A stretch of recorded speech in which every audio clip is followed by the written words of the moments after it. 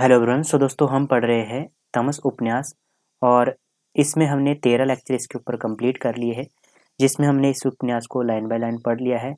और आज का हमारा 16वां प्रकरण है और 14वां लेक्चर है। ठीक है, तो इसमें टोटल 21 प्रकरण है। पहले खंड में 13 प्रकरण है, वो हमने कंप्लीट कर लिया है, और दूसरे खंड में 8 प्रकरण है, वो हम पढ़ रहे हैं। तो इससे पहले हमने शेखर एक जीवनी को कंप्लीट पढ़ा है। यदि आपने वो नहीं देखा है तो उसको भी एक बार देख लीजिए। और जो ये है, आपको ये यूजीसी नेट की यूनिट 6 में आपको ये उपन्यास लगे हुए हैं। ठीक है, तो शुरू करते हैं 16वां प्रकरण। हरनाम सिंह ने दूसरी बार सांकल खटखटाई तो अंदर से किसी स्त्री की आवाज आई। किससे आई? अंदर से किसी स्त्री की आवाज आई। घर पर नहीं है, मर्द बाहर गए हैं, स्त्री ने कहा। तो आगे हरनाम सिंह ठिठका खड़ा रहा। बंतु की आंखें दाएं बाएं देख रही थी कि आसपास उन्हें किसी ने देखा तो नहीं। तो दरवाजा खोलने को कहा। बंतु अंदर औरत जात है और हरनाम सिंह एक और को हट गया। बंतु ने दरवाजा खटखटाया और साथ में ऊंची आवाज में बोली, कर्मा वालिए दरवाजा खोलो।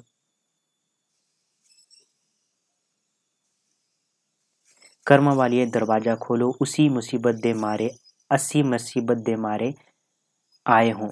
अपनी पत्नी की आवाज सुनकर क्षण भर के लिए हरनाम सिंह की आंखें झुक गई। यह वक्त भी देखना बदा था जब उसकी पत्नी आश्रय मांगने के लिए गिड़गिड़ाएगी।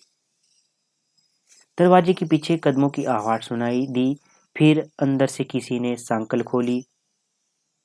थोड़ा सा दरवाजा खुला। उनके सामने ऊंची लंबी बड़ी उम्र की एक ग्रामीण औरत खड़ी थी। उसके दोनों हाथ गोबर से सने थे और उसने दुपट्टा उतार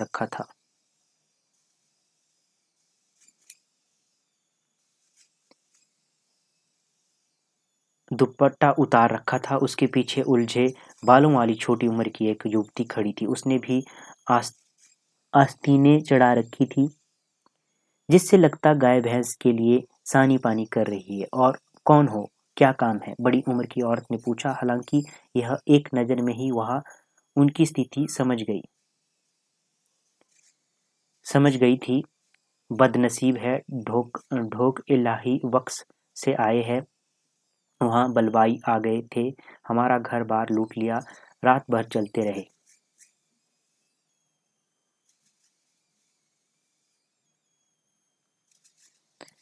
उसके बाद क्या हुआ? रात भर चलते रहे। क्षण भर के लिए वह औरत ठिठकी खड़ी रही। वह निर्णायक क्षण जब मनुष्य अपने समस्त संस्कारों, विचारों, मान्यताओं के पूंजीभूत प्रभाव के आधार पर कोई निर्णय लेता है।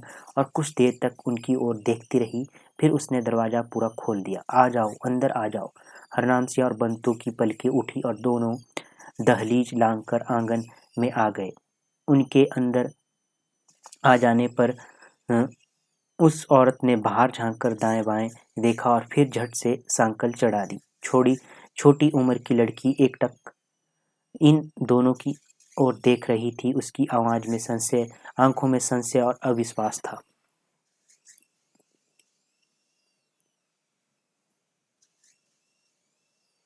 उसके बाद क्या हुआ? खाट बिछा दे अंकरा औरत ने कहा।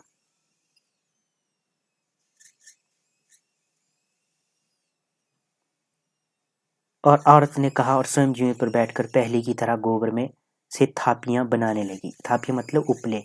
अंकरा कोठरी में से कंधों पर पल्ला ओढ़ती हुई चली आई और दीवार के साथ लगी खाट को वहीं पर बिछा दिया। भला भला तो भला हो तेरा बहन, हम एक दिन में ही घर से बेघर हो गए। और बंतु की आंखों में आंसू आ गए। ढोक इलाही वक्स ने सारी उम्र काटी, वहीं पर दुकान थी, अपना घर था। पहले तो सबने कहा यही बैठे रहो, कुछ नहीं होगा। फिर कल करीम खान ने मशवरा दिया कि गांव में बने रहने में खतरा है, तुम चले जाओ। उसने ठीक ही कहा। हमारी पीठ मोड़ने की देर थी कि बलवाई आ गए, दुकान भी लूट ली और उसे आग भी लगा दी। हरनाम सिंह ने कहा और चुप रहा। इस बीच बंतो खाट पर से उठकर नीचे आ गई और उस औरत के पास आकर बैठ गई। अब क्या होता है आगे?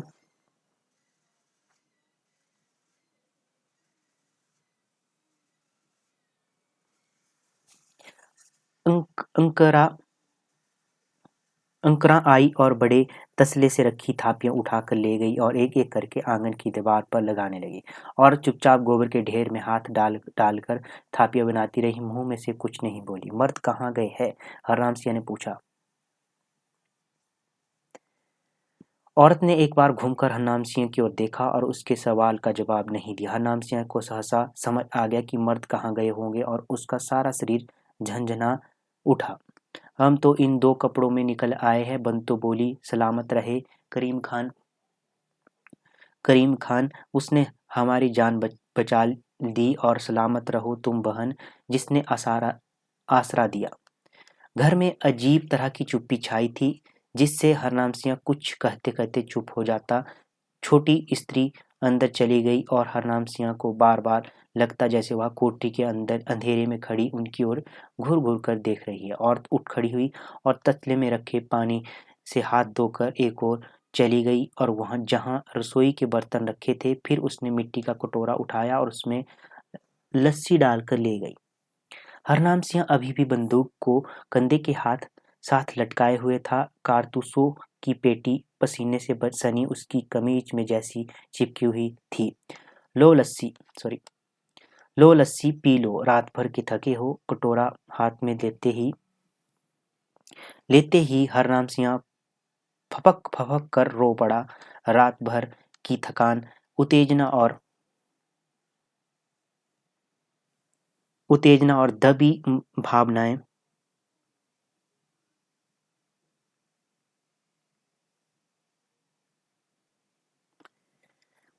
और दबी भावनाएं एकाएक फूट फूट कर निकल आई और वहां बच्चों की तरह बिलख उठा। आखिर तो खाता पीता दुकानदार था, कमर में 100-200 रुपए भी बांध कर ले आया था। सारी उम्र किसी के आगे हाथ नहीं फैलाया था, अब एक दिन में दर दर की ठोकरें खाने लगा था। यहाँ ऊंचा ऊंचा रो नहीं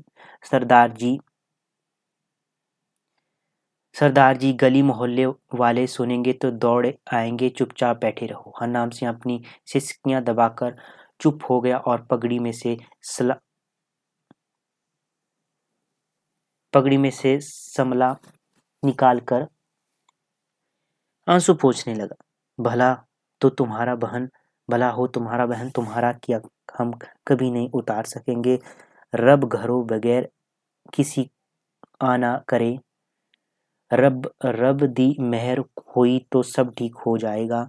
भगवान किसी के घर को बेघर ना करे, अल्लाह की कृपा बनी रहे तो सब ठीक हो जाएगा।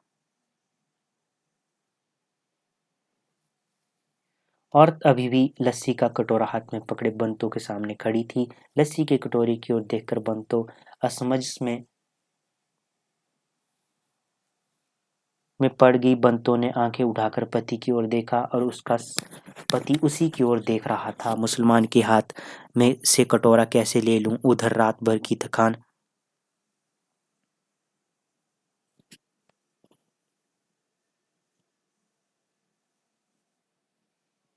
रात भर की थकान हल्क सूख रहा था। उसकी झिझक को घर की औरत समझ गई थी। तुम्हारे पास अपना कोई बर्तन हो या तो उसमें डाल लो। इधर गांव में एक पीड़ित की दुकान है, अगर वह घर पर हुआ तो मैं उससे तुम्हारे लिए 2 बर्तन ले आऊंगी, पर क्या मालूम वहां मिलता है या नहीं। हमारे हाथ का नहीं लो, पर दिन भर भूखे कहाँ पड़े रहोगे। इस पर हरनाम सिंह ने हाथ उठाकर कटोरा ले लिया। तेरे हाथ का दिया अमृत बराबर है बहन, हम तुम्हारा क्या कभी नहीं उतार सकते। धूप निकल आई थी और आसपास के घरों से आवाजें आने लगी थी। हरनाम सिंह ने आधी लस्सी पीकर कटोरा बंतो के हाथ बढ़ा दिया। सुनो जी सरदार जी, मैं तुमसे कुछ पियाऊंगी नहीं। घर की मालकिन बोली, मेरा घरवाला और बेटा दोनों गांव वालों के साथ बाहर गए हुए हैं, वे अभी लौटते होंगे। मेरा घरवाला तो अल्लाह से डरने वाला आदमी है, तुम्हें कुछ नहीं कहेगा, पर मेरा बेटा लीगी और उसके साथ और लोग भी है, तुमसे वे कैसा सलूक करेंगे मैं नहीं जानती, तुम अपना नफा नुकसान सोच लो। हरनाम सिंह का दिल धक से रहा गया। अभी अभी तो यह औरत अलग से बर्तन देने तक की बात कर रही थी, अब कुछ और ही सुनाने लगी है। उसने हाथ बांध दिए। इस वक्त दिन दिहाड़े हम कहाँ जाएं, मैं क्या जानूं, और दिन होता तो कोई बात नहीं थी, पर अब कोई किसी को नहीं सुनता। मैंने तुम्हें बता दिया कि मर्द बाहर गए और अब लौटने वाले होंगे, वे तुम्हारे साथ कैसा सलूक करेंगे मैं नहीं जानती। अगर कोई चंगी मंदी हो गई तो मुझे नहीं कहना। हरनाम सिंह देर तक गहरे सोच में डूबा बैठा रहा, फिर शिथिल सी आवाज में बोला, सत सत वचन, जो वाहेगुरु को मंजूर होगा वही होगा। तेरे दिल में रहम जगा, तूने दरवाजा खोल दिया, अब तू कहेगी बाहर चले जाओ तो हम बाहर चले जाएंगे। चल बंतो उठ। हरनाम सिंह ने बंदूक संभाली और दोनों पति पत्नी दरवाजे की ओर बढ़े। वह जानता था कि दरवाजे के बाहर प्रलय मुंह फाड़े खड़ी है, पर कोई चारा न था।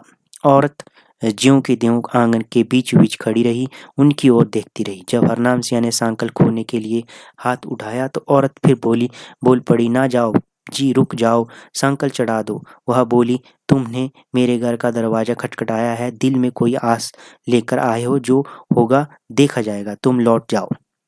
पीछे अंधेरी कोठरी की दहलीज पर खड़ी अंकरा अंकरा अपनी सास की ओर देखे जा रही थी। उसे बोलते देखकर आगे बढ़ गई। जाने दो ना माँ, हमने मर्दों से पूछा भी नहीं है, उन्हें बहुत बुरा लगेगा। मैं जवाब दे दूंगी, तू जा अंदर से सीढ़ी उठा ला, जल्दी कर, घर आए को निकाल दूं। अल्लाह की दरगाह में सभी को जानना है। जा खड़ी, मेरा मुंह क्या देख रही है, अंदर से सीढ़ी उठा ला।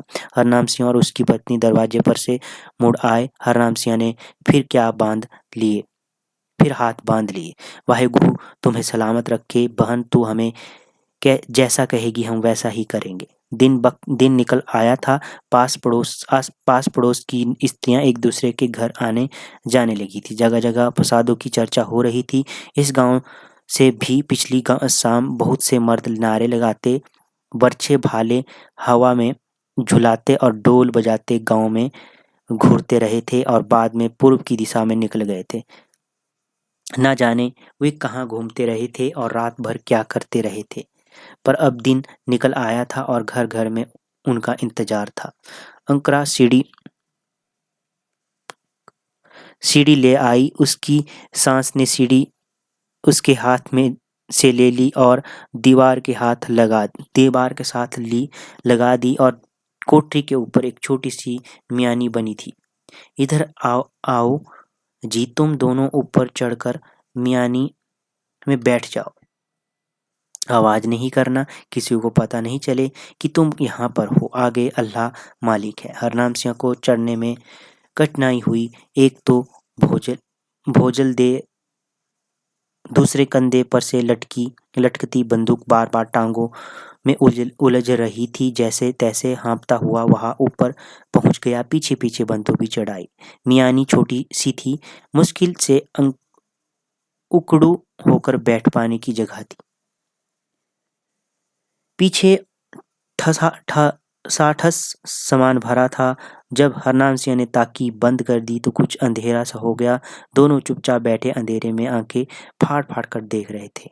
ना कुछ सोचने को था, ना कहने को, पर पतले से डोरे के सहारे किस्मत लटक रही थी। देर तक हरनाम सिंह हाँफता रहा। मियानी के अंदर घुटन थी, कुछ अंधेरा था। कुछ देर तक बैठे रहने के बाद लाचार होकर हरनाम सिंह ने ताकी को थोड़ा सा खोल दिया ताकि थोड़ी सी हवा और रोशनी अंदर आ सके। उस पतले से छिद्र में से उसे बाहर खुलने वाला आंगन का दरवाजा और थोड़ा सा आंगन का हिस्सा नजर आ रहे थे।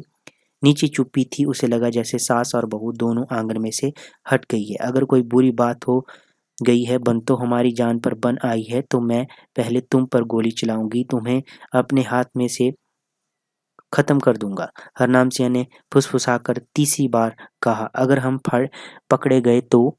और कोई चारा नहीं है। बंतु चुप रही। वह एक एक क्षण गिन रही थी कि अब क्या होगा, अब क्या होगा। उसकी सोच इससे आगे जा रही ही नहीं पा रही थी। नीचे पिछली कोठरी के अंदर सास बहू के बीच दबा दबा वार्तालाप चल रहा था। अंकरा मुंह फुलाए हुई थी। काफरों की पनाह देने को बहु माड़ा करने ओ मर्दा तुंदा पुष्ण।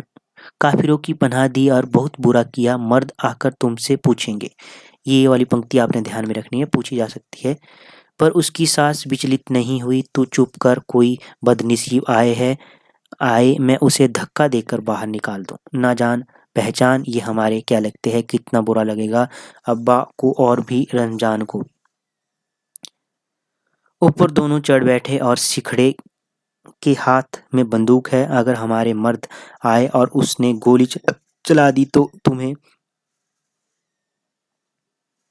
तुम्हें दो तो एतवार करके उन्हें ऊपर बैठा दिया है। सास अंकरा के चेहरे की ओर देखती रह गई। उसकी बात में सार था, अगर बात बिगड़ जाए तो मर्दों के लौटने पर उन्हें पता चल जाए और उनके बीच तू मैं हो जाए, गाली गलौच हो जाए। रमजान यूं भी कितने दिनों से बौखलाया हुआ है और यह ऊपर बैठा गोली चला दे तो क्या होगा। नीचे खड़े आदमी को तो हल्का कर ही देगा। किसी को पनाह देना और बात है, और अपने बेटे और घरवाले की जान जोखिम में डालना दूसरी बात है। तो यहाँ से देखो क्वेश्चन पूछा था गया था एक बार कि रमजान ने मतलब किसने पनाह दी थी। ठीक है, तो यहाँ से वो क्वेश्चन निकलेगा अब आपका, क्या अक्लमंदी है यह बात उसे सूझी क्यों नहीं। इसमें एक क्वेश्चन पूछा गया था यहाँ से, मैं आपको बता देता हूँ उसको, जिससे कि आपको याद रहेगा वो। यहाँ से एक क्वेश्चन बना था कि हरनाम से और बंतों को अपने घर में पनाह देने वाली स्त्री रमजान की माँ राजो थी। ठीक है, तो यहाँ से बना है वो, इस वाले प्रकरण से वो क्वेश्चन बना है जो आपका दिसंबर 2023 में यहाँ से क्वेश्चन बना है। यहाँ से पूछा गया था कि हरनाम सिंह और बंतों को अपने घर में पनाह देने वाली स्त्री कौन थी, तो रमजान की माँ राजो। ठीक है, तो ये आपने ध्यान में रखना, यहाँ से वो क्वेश्चन बना हुआ है। वह उठकर मियानी के नीचे जा खड़ी हुई। सुन सरदार जी मेरी बात, उसने दबी आवाज में कहा। हरनाम सिंह ने ताकी की ओर थोड़ा खोल दिया। क्या है बहन, अपनी बंदूक मुझे दे दे, इधर से लटका दे, मैं पकड़ लूंगी। हरनाम सिंह उत्तर देने से पहले ठिठका चुप बना रहा। मैं बंदूक कैसे दे दूं बहन। नहीं, तू बंदूक दे दे, बंदूक लेकर तुम ऊपर नहीं बैठ सकते। फिर दोनों के बीच चुप्पी छा गई। बंदूक दे देने का मतलब था अपनी जान उनके हाथ में दे देना। अगर वह इनकार कर दे तो वह फौरन घर से बाहर निकाल सकती है और बाहर दिन दिहाड़े बंदूक कंधे से लटक भी रही हो तो कोई हिफाजत नहीं है। सुनते हो सरदार जी, बंदूक दे दो। मेरे घर के अंदर रहते तुझे बंदूक की क्या जरूरत। बंदूक देकर तो मैं बिल्कुल निहत्था हो जाऊंगा बहन, कहाँ मारा फिरूंगा, इसका मुझे हौसला है। तू बंदूक दे दे, इधर लटका दे, जब आएगा तो मैं तुम्हें लौटा दूंगी। हरनाम सिंह ने अपनी पत्नी के चेहरे की ओर देखा और फिर चुपचाप बंदूक नीचे लटका दी। बंदूक दे चुकने के बाद हरनाम सिंह को इस बात का ध्यान आया कि देने से पहले उसमें से गोलियां तो निकाल देता। भरी बंदूक उसके हाथ में दे दी, पर फिर सिर झटक दिया। जहां जिंदगी की अनिश्चय से डोल रही थी, वहां क्या फर्क पड़ता है कि बंदूक में से गोलियां निकाली या नहीं निकाली। निकाल देता तो मौत का एक और मंसूबा कम हो जाता, नहीं निकाली तो मौत के 1000 मंसूबों में से एक और मंसूबा जा मिला। हरनाम सिंह ने ठंडी सांस भरी, इतनी गहरी कि बंतों को लगा नीचे खड़ी औरत और उसकी बहू ने भी सुन ली होगी। मियानी में फिर अंधेरा छा गया। क्या से क्या हो गया? कल इस वक्त बंतो अपने घर में से बंदूक में से कपड़े सहेज रही थी। आज पति पत्नी चूहों की तरह इस अंधेरी मियानी में घुसे बैठे हैं। कल वह करीम खान इन फिसादों को बुरा भला कर रहे थे, उन लोगों को बुरा भला कह रहे थे जिनकी आंखों में दीद उड़ गया था, मानो कुछ हो रहा था, वह उनके बाहर कहीं हो रहा था।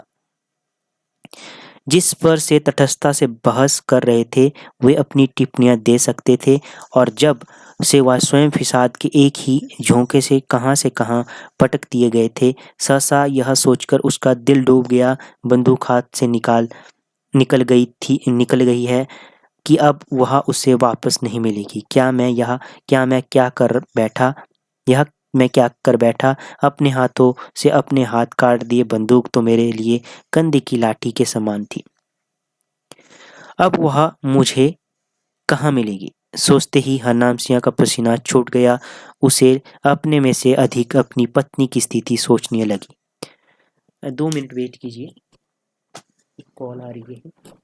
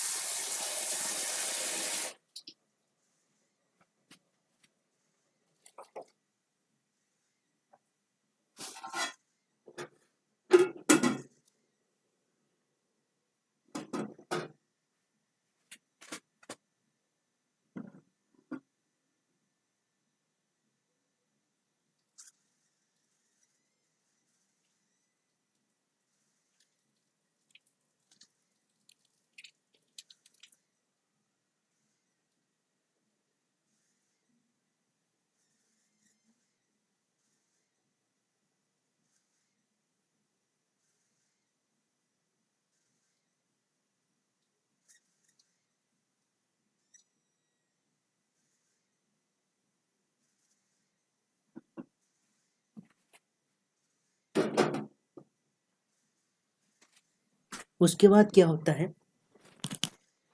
उसके बाद है आगे। अब मैं उसे अपने साथ ले जाऊंगा तो किस बूथ पर? अब तो लोग पत्थर मार मार कर हमें मार डालेंगे। भक्ति और ज्ञान और मानव प्रेम की बरसों की कमाई हरनाम सिंह यथार्थ के एक ही थपेड़े में खो बैठा। ये पंक्ति भी मोस्ट है, पूछी जा सकती है। जसबीरों का कुछ पता चल जाता सहसा बंतो बुदबुदाई। हरनाम सिंह चुप रहा, कहता भी क्या? रह रह कर किसी वक्त बंतो के अंदर माँ बोलने लगती। रात को नाले के किनारे चलते हुए भी उसने 2-1 बार अपने बच्चों को याद किया था। अब फिर से करने लगी थी। जब मैं कुछ देर के लिए उसके अपने सिर पर से खतरे का साया टाल सा जाता, उससे अपने बच्चों को याद सताने लगती थी। गांव में शोर बढ़ता जा रहा था। मर्द औरतें एक साथ बतियाती सुनाई देने लगी। तभी किसी ने दरवाजे की ओर से जोर से खटखटाया। किसी स्त्री की आवाज आई, री अंकरा आ बाहर देख, वे लोग आ रहे हैं। अंकरा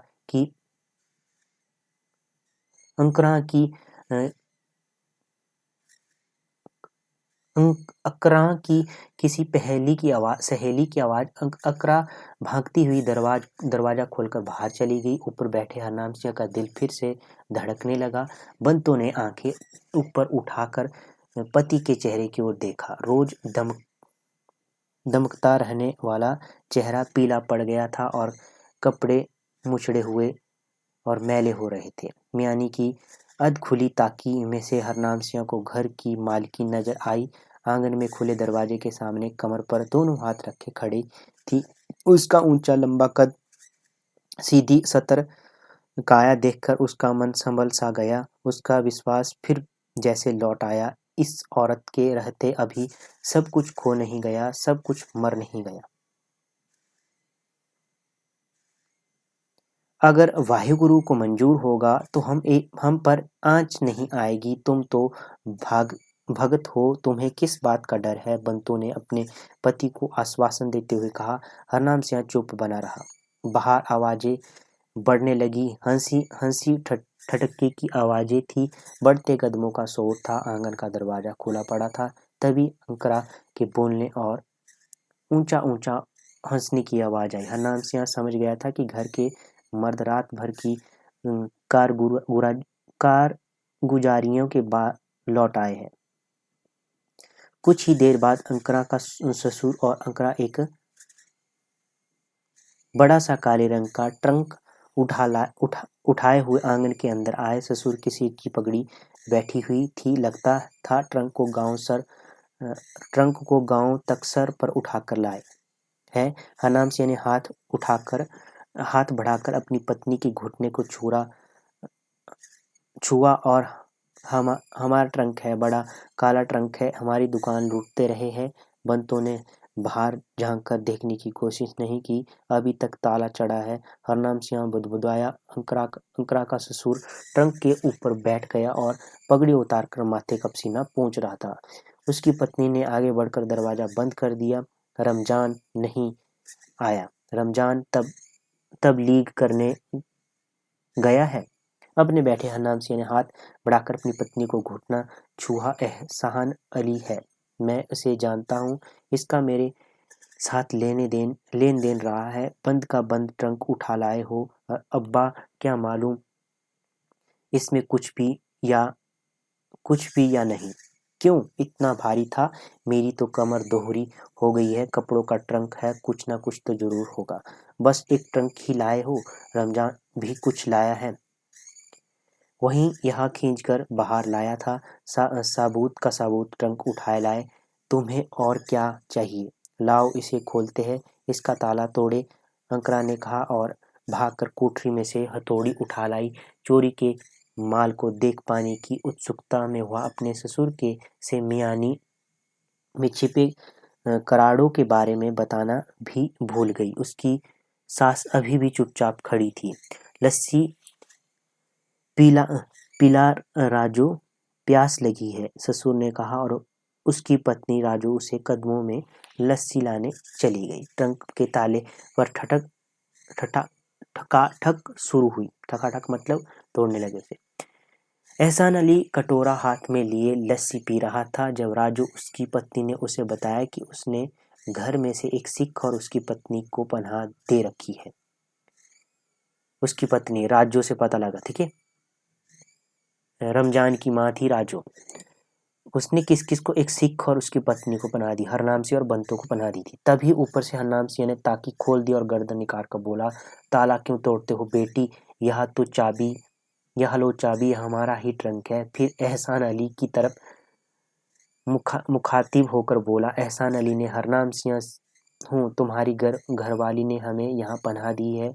गुरु महाराज तुम्हें सलामत रखे। यह ट्रंक हमारा है, पर अब इसे तुम अपना ही समझो। अच्छा हुआ जो यह तुम्हारे हाथ लगा, किसी दूसरे के हाथ नहीं लगा। एहसान अली ने नजर ऊपर उठाई तो झेंप गया, मानो वह चोरी करते पकड़ा गया हो। अंकरा के हाथ थम गए और वह चिल्लाकर बोली, अम्मा ने इन्हें पनाह दी है। राजू की बेटी है अंकरा, ठीक है। मैंने कहा भी था काफिर है, इन्हें अंदर मत घुसने दो, पर अम्मा ने मेरी बात नहीं मानी। अंकरा अपने ससुर को खुश रखने के लिए कह रही थी कि एहसान अली अभी भी ठिठका खड़ा और अटपटा महसूस कर रहा था। किसी जमाने में दोनों के बीच लेन देन रहा था, अच्छी जान पहचान रही थी। उसकी समझ में नहीं आ रहा था कि हरनाम सिंह के प्रति कैसा व्यवहार करे। ऐसे साक्षात की उसे उम्मीद नहीं थी। उसके खून में ऐसी गर्मजोशी भी नहीं थी कि किसी हिंदू अथवा सिख को देखकर आग बबूला हो उठे। हरनाम सिंह नीचे आ गए, फिर अपनी चोरी को उस एहसान की ओट में छिपाते हुए जो राजू ने इन दो व्यक्तियों पर किया था, तनिक दिलेरी के साथ बोला, खैर मनाओ जो तुमने मेरे घर में पनाह ली, और किसी के घर जाते तो इस वक्त जान से भी हाथ धो चुके होते। अंकरा ताला तोड़ने के लिए उतावली हो रही थी, लेकिन राजू ने उसके हाथ में चाबी ले ली और उसके बार बार मांगने पर भी देने से इनकार कर रही थी। मैं तो तुम्हें कुछ नहीं कहूँगा हरनाम सिंह, तुम मेरे घर आए हो, पर अब तुम यहाँ से चले जाओ। मेरे बेटे को पता चल गया कि तुम यहाँ पर हो तो वह तुम्हारे साथ अच्छा सलूक नहीं करेगा। गाँव वालों को भी पता चले कि हमने तुम्हें पनाह दी है तो हमारे लिए बहुत बुरा होगा। हमें सब मंजूर है, एहसान अली हमारा क्या कोई बस चल सकता है, पर इस वक्त दिन दिहाड़े हम बाहर जाएंगे तो हमें कौन छोड़ेगा। एहसान अली चुप हो गया और अपनी पत्नी के चेहरे की ओर देखने लगा, मानो कह रहा था, यह कौन सा बखेड़ा तुमने खड़ा कर दिया। कल रात भी लोग तुम्हें ढूंढ रहे थे। एहसान अली ने कहा, अब अगर किसी को पता चल गया कि तुम यहाँ छिपे हो बैठे हो तो लोग हमें भी नहीं छोड़ेंगे। तुम्हारा भी तो इसी में भला है, हमारा भी इसी में भला है कि तुम यहाँ से चले जाओ। अकरा अपने आप सीढ़ी उठाकर ले आई और मियाने के नीचे लगा दी। दोनों पति पत्नी चुपचाप नीचे उतराए। दोनों बलि के बकरे नजर आ रहे थे, पर फिर वह नाटक हुआ जो सुबह के वक्त हुआ था। दोनों नीचे उतर आए थे, दोनों में से कोई भी नहीं गिड़गिड़ाया। दोनों शांत थे और चुपचाप खड़े थे। हरनाम सिंह अपनी बंदूक मांगने जा रहा था। राजू आंगन के बीचों बीच चुपचाप कमर पर हाथ रखे खड़ी थी। जब एहसान अली बोला, इन्हें भूसे की कोठरी में बैठा दे, राजू बाहर से ताला चढ़ा दे, ले यही ताला खोल कर ले जा जल्दी कर। फिर हरनाम सिंह पर एहसान जताते हुए बोला, निगाह का लिहाज है हरनाम सिंह पर, जो कुछ काफिरों ने शहर में किया है वह खुदा कसम उसे याद करके खून खौल उठता है। आगे आगे राजू चल रही थी और पीछे पीछे बंतो और हरनाम सिंह कोठरी लांघकर घर के पीछे से एक अंधेरे से दालान में पहुंचे, जहां गोबर चारा और मवेशियों की तीखी गंध आ रही थी। यहीं पर राजू ने एक कोठरी का दरवाजा खोला। कोठरी पर से लेकर छत तक सूखे चारे से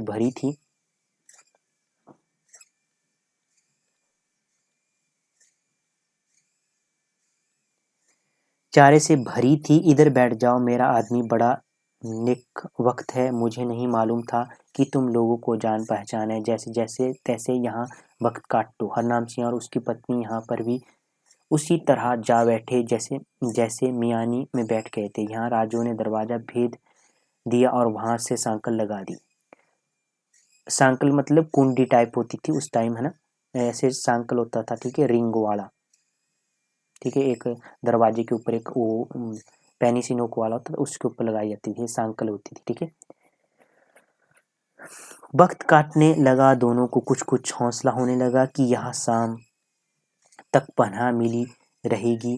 दिन में किसी वक्त राजू रोटियां और लस्सी भी दे गई। दोनों के पेट में रोटी गई तो त्राण मिला। देर तक दोनों अंधेरे में बैठे फटी फटी आंखों में अंधेरे में देखते रहे। बंतो ने फिर हरनाम सिंह से पूछा, तुम क्या सोचते हो, इकबाल सिंह गांव में ही होगा या वहां से भाग गया होगा? जो वाहेगुरु को मंजूर होगा, कोई नेक वक्त उसे भी मिल जाए तो उसकी जान बच जाए। तस्वीरों अकेली नहीं है, यह अच्छा है, गांव में अपनी संगत के लोग बहुत है, अभी एक जगह इकट्ठे हो गए होंगे। इस पर हरनाम सिंह ने पूछा, यह लोग हमारी बंदूक लौटा देंगे ना? तू क्या सोचती है, पर मेरा दिल नहीं मानता। वे देर तक बातें करते रहे। कोठरी बंद थी, पर हाँ, यहाँ इतनी उमस नहीं थी जितनी मियानी में थी। चारे के गट्ठरों के आगे बैठे बैठे दोनों की आंखें झपकने लगी। रात भर के थके थे। कुछ देर बाद दोनों की झपकी आ गई। उसकी नींद तक टूटी जब उनके दरवाजे पर कुल्हाड़ी पड़ रहे थे और कोई चिल्ला चिल्ला कर कह रहा था, निकालो ओ बाहर, कहाँ घुसे बैठे हो, तुम्हारी माँ की, निकालो बाहर तुम्हारी। कुल्हाड़ी के प्रहार बार बार पड़ते जा रहे थे। हरनाम सिंह और उसकी पत्नी दोनों हड़बड़ाकर उठे और मानो कोई दुस्वप्न देखकर उठे और सिर से पांव तक कांप उठे। निकाल चाबी, काफिरों की पनाह दी है तुम्हारी, काफिरों की माँ मैं। और फिर एक और प्रहार दरवाजे पर पड़ा। आहिस्ता बोल रमजान, किसी औरत की आवाज थी, शायद अंकरा अपने पति को धीमा बोलने को कह रही थी। दरवाजे पर फिर से कुल्हाड़ी पड़ने लगी। दरवाजा ऊपर से चिर गया था, जिससे रोशनी की एक और दरार नजर आने लगी। फिर किसी दूसरी औरत की आवाज सुनाई दी, क्यों भौंक रहा है तू? क्या हुआ? राजू की आवाज थी। किधर है यह चुड़ैल तेरी? तेरी मैंने जीभ ना खींच दी तो कहना हरामजादी, तुझे मना किया था कि इसे नहीं बताना, क्यों बताया? तेरे पेट में बात नहीं पचती। तू क्या चाहता है? रमजान घर में खून करेगा, घर में पनाह देने वालों को मारेगा, लेने वालों को मारेगा। यह आदमी हमारी जान पहचान का है, हम इसके देनदार रहे हैं। बहुत बक बक नहीं कर माँ, शहर में इन काफिरों ने 200 मुसलमान हलाल कर डाले हैं। इस पर कुल्हाड़ी का एक और प्रहार हुआ। निकालो ओ बाहर काफिरों तुम्हारी। दो प्रहारों में से कूड़ा टूट गया और दरवाजा भर्रा कर खुल गया। ढेरों रोशनी एक साथ आ गई। रमजान हाँफ रहा था, कुल्हाड़ी उसके हाथ में थी। पास में अंकरा खड़ी थी, पीला जर्द समा हुआ सा चेहरा। एक और राजू खड़ी थी, उसके दोनों हाथ कमर पर थे। निकालो बाहर काफिरों। रमजान ने अंदर झांक कर देखा। हरनाम सिंह और उसकी पत्नी अंधेरे में एक दूसरे के साथ सटक कर बैठे दरवाजे की ओर चुंधियाती आंखों से देखे जा रहे थे। दरवाजा खुलने पर हरनाम सिंह उठ खड़ा हुआ और चुपचाप बाहर आ गया। मार डाल, खोखली सी आवाज में हरनाम सिंह ने कहा। तेरी मैं रमजान बोला और बायां हाथ उठाकर हरनाम सिंह की गर्दन पकड़ ली। हरनाम सिंह की गाड़ी की कमीज का ऊपर वाला बटन टूट कर गिर पड़ा। इस झटके में हरनाम सिंह की पगड़ी ढीली हो गई। फिर जिस तेजी से रमजान ने उसके गले को पकड़ा था, उसी तेजी से उसे छोड़ भी दिया। गर्दन पर उंगलियों के लाल लाल निशान पड़ गए। हरनाम सिंह को उसने भी पहचान लिया था। उसकी दुकान पर 2-1 बार उसने चाय पी थी। उसकी दाढ़ी अब पहले से कहीं ज्यादा सफेद हो गई थी, शरीर दुबला हो गया था। 2-3 बार रमजान ने कुल्हाड़ी उठाने की कोशिश की, पर कुल्हाड़ी हाथ में रहते ही उसे उठा नहीं पाया। काफिर को मारना और बात है अपने घर के अंदर जान पहचान के पनाहगीन को मारना दूसरी बात है। उसका खून करना पहाड़ की चोटी पर पार करने से ज्यादा कठिन हो रहा था। मजहबी जुनून और नफरत के इस माहौल में एक पतली सी लकीर कहीं पर अभी भी खींची थी, जिसे पार करना बहुत मुश्किल था। ये पंक्ति महत्वपूर्ण है, बन सकती है आपके एग्जाम में, ठीक है, नोट कर लेने से।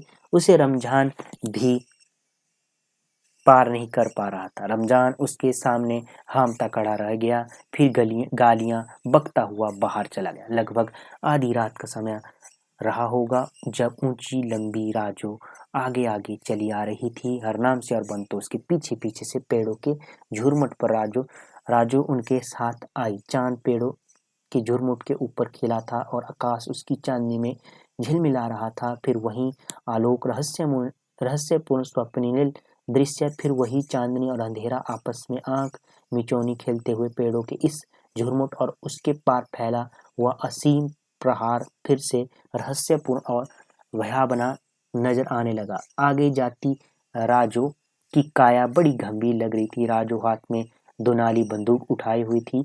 2 नाली मतलब 2 नाली वाली बंदूकें होती थी, ठीक है, ऐसे होती थी 2 नाली वाली बंदूक। वे फिर से नहीं नदी की ओर उतर रही थी। बाईं ओर दूर आकाश लाल हो रहा था। हरनाम सिंह ने धीरे से अपनी पत्नी को हाथ दबाकर कहा, बाईं ओर देख। देखा है कोई गांव चल रहा है वहां गुरु। बंतो बुदबुदाई। चलते चलते हरनाम सिंह ने पांव फिर ठिठक गए। बहुत दूरी पर दूसरी ओर से क्षितिज लाल हो रहा था, पर गांव कौन सा, वह भी जल रहा है। बंतो चुप रही। हरनाम सिंह ने घूम कर देखा। चांदनी में गांव के चपटे मिट्टी के घर खड़े थे। किसी किसी घर में दिया टिमटिमा रहा था। घरों के बाहर भूसे के ऊंचे ऊंचे ढेर, कहीं कहीं बैलगाड़ी खड़ी थी। पेड़ों के झुरमुट में पीर की सफेद कबर उन्हें नजर आई। उस पर दिया नहीं जल रहा था। आज के रोज उस पर दिया जलाना लोग भूल गए थे। राजो झुरमुट के किनारे किनारे चलती आ रही थी। फिर झुरमुट का छोर आ गया और वहां ढलान आ गई, जिसे चढ़कर उसी रोज प्रातः हरनाम सिंह और उसकी पत्नी गांव में दाखिल हुए थे। राजू रुक गई। राजू ने अपने हाथ में पकड़ी बंदूक हरनाम सिंह के हाथ में दे दी। जाओ हुण रब रखा, सीधे किनारे किनारे चले जाओ, आगे जो तुम्हारी किस्मत। और उसकी आवाज आदरा हो उठी। तुमने हम पर बड़ा एहसान किया है राजू बहन, हम इसे कभी नहीं भुला सकते। बंतु ने कहा।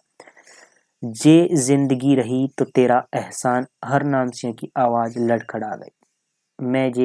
मैं के जाना भेण, अपना अपना नसीब चहवा पासे अग लगी। मैं क्या जानूं बहन, मैं नहीं जानती मैं तुम्हारी जान बचा रही हूँ या तुम्हें मौत के मुंह में झोंक रही हूँ। चारों तरफ आग लगी है। यह कहते हुए राजू ने अपना हाथ अपने कुर्ते की जेब में डाला और सफेद कपड़े में से लिपटी एक छोटी सी पोटली निकाल लाई। यह लो, यह तुम्हारी चीज है। क्या है राजू बहन? यह तुसाडे संदूक विचों मिले हन। मैं कढ लिया। हाँ, तुसाडे उपर औखा वेला आया, जेवर कोल होए ना ता सहारा होवेगा। अगर जेवर कोल हुए तो सहारा होवेगा। ये तुम्हारे ट्रंक में से मिले हैं, तुम्हारे 2 गहने हैं। मैं निकाल लाऊं तुम्हारे आगे, कठिन समय है, पास में 2 गहने हुए तो सहारा होगा। वाहेगुरु तुम्हें सलामत रखे बहन, अच्छे कर्म किए थे जो तुमसे मिलना हुआ। कहते हुए बंतो रो पड़ी। जाओ रब रखा, देर हो रही है, राजू ने कहा। वह उन्हें कुछ नहीं बता सकती थी कि किस दिशा में जाए, किस गांव की ओर जाए, किस घर का दरवाजा खटखटाए। उसके लिए कुछ भी वह कह पाना असंभव था। दोनों पति पत्नी ढलान उतरने लगे। राजू टीले पर खड़ी रही और उन्हें जाते हुए देखती रही। वही उबड़-खाबड़ बालू और गोल-गोल पत्थरों से अटा रास्ता था। ऊपर चांद चमक रहा था, जिससे सारा मैदान काले और सफेद चित्रों में बांटा पड़ा था। कहीं अंधकार का पुंज था तो कहीं पारों सी चमकती चांदनी थी। थोड़ी दूर तक जाने के बाद उन्होंने घूम कर देखा। राजू अभी भी टीले पर खड़ी थी और अज्ञात की ओर बढ़ते उनके कदमों को जैसे देख रही थी। फिर उनके देखते देखते ही वह लौट पड़ी और गांव की ओर जाने लगी। उसके चले जाने से चारों ओर फैली वीरानी इन दोनों के लिए और भी अधिक भयावह हो उठी। तो दोस्तों ये हो गया 16वां प्रकरण, हमने पढ़ लिया इसको। ठीक है, कंप्लीट इसको लाइन बाय लाइन हमने कवर किया। यहाँ से आपके एग्जाम में क्वेश्चन बन चुका है 2023 में दिसंबर में। यहाँ से पूछा गया था कि हरनाम सिंह और बंतो को सपने अपने घर में पनाह देने वाली स्त्री का क्या नाम था। तो वो ऑप्शन में था रमजान की माँ, मतलब कि राजू। ठीक है, तो यहाँ से क्वेश्चन बन चुका है। तो देख लो आप अपने आप ही कितना डीपली क्वेश्चन पूछा जा रहा है। यूजीसी नेट में 16वें प्रकरण से क्वेश्चन बना था, तो कम से कम आपको पूरा उपन्यास पढ़ना ही पड़ेगा, जिससे कि आपको आपके जो प्रश्न हो गए एग्जाम में उनको सॉल्व करने में हेल्प मिलेगी। तो धन्यवाद दोस्तों, मिलते हैं नेक्स्ट सेशन में। तब तक के लिए जय हिंद, जय भारत।